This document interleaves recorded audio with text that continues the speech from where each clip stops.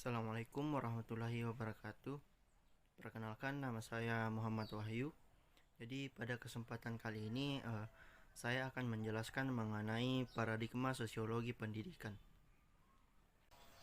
Mulai dari pengertian paradigma itu sendiri, yaitu cara seseorang memandang kenyataan dalam kehidupannya, atau bisa dalam pengertian menurut research, ia memberikan pandangan bahwa paradigma itu adalah sebagai cara bertanya, cara menjawab, menemukan masalah, dan memecahkannya.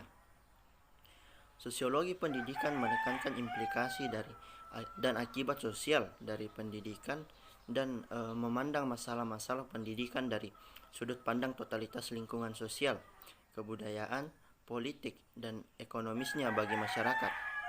Nah, di sini apabila psikologi pendidikan memandang gejala pendidikan dari konteks perilaku dan perkembangan pribadi, maka sosiologi pendidikan memandang gejala pendidikan sebagai bagian dari struktur sosial masyarakat.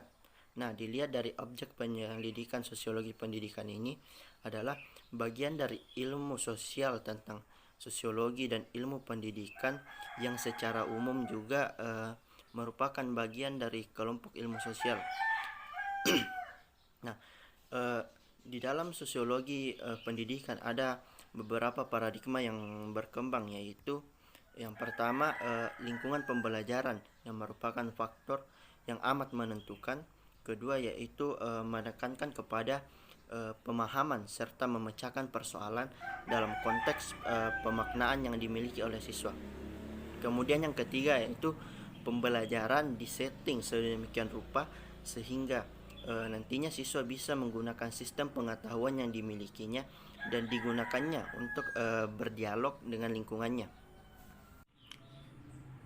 Adapun paradigma-paradigma yang memiliki relevansi dengan metode pengembangan pendidikan, yang pertama yaitu paradigma behavioristik, yang dimana menurut teori ini lingkungan merupakan faktor yang amat menentukan pembelajaran, dilihat sebagai pembentukan respon berdasarkan stimulus dari luar. Nah, selain itu, adapun hadiah atau reward dan hukuman atau punishment yang merupakan cara yang sangat efektif untuk membentuk dan mengembangkan bakat para siswa. Dan melalui teori ini, siswa juga dapat diorganisasikan dalam satu kelompok yang homogen, dilihat dari latar belakang kemampuan dan tingkat skill yang dimiliki masing-masing setiap siswa. Dan kemajuan pembelajaran diukur dengan melakukan tes berdasarkan level atau tingkat kemampuan siswa. Selain itu, dalam kerangka behavioristik, guru juga harus merumuskan tujuan pembelajaran tertentu, kemudian menyusun tahapan-tahapan pembelajaran agar siswa dapat mencapai tujuan yang diharapkan.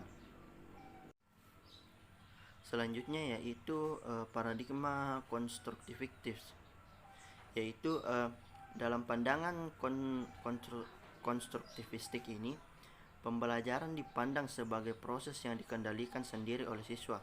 Artinya bahwa siswa dituntut untuk mengembangkan potensi yang dimilikinya dalam proses pembelajaran.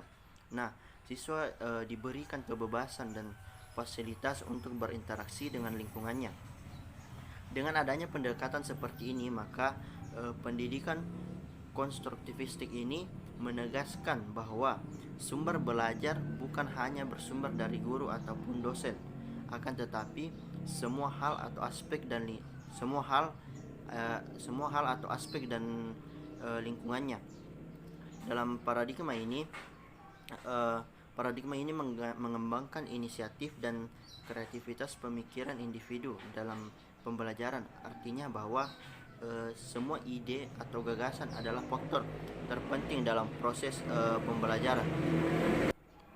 Dan yang terakhir itu yaitu paradigma sosial kognitif, di mana dalam paradigma ini setting pembelajaran itu disetting dengan cara diupayakan agar siswa bisa menggunakan sistem pengetahuan yang dimilikinya dan digunakannya untuk berdialog dengan lingkungan. Pemikiran atau pembelajarannya dilakukan melalui tindakan yang bisa mengubah situasi.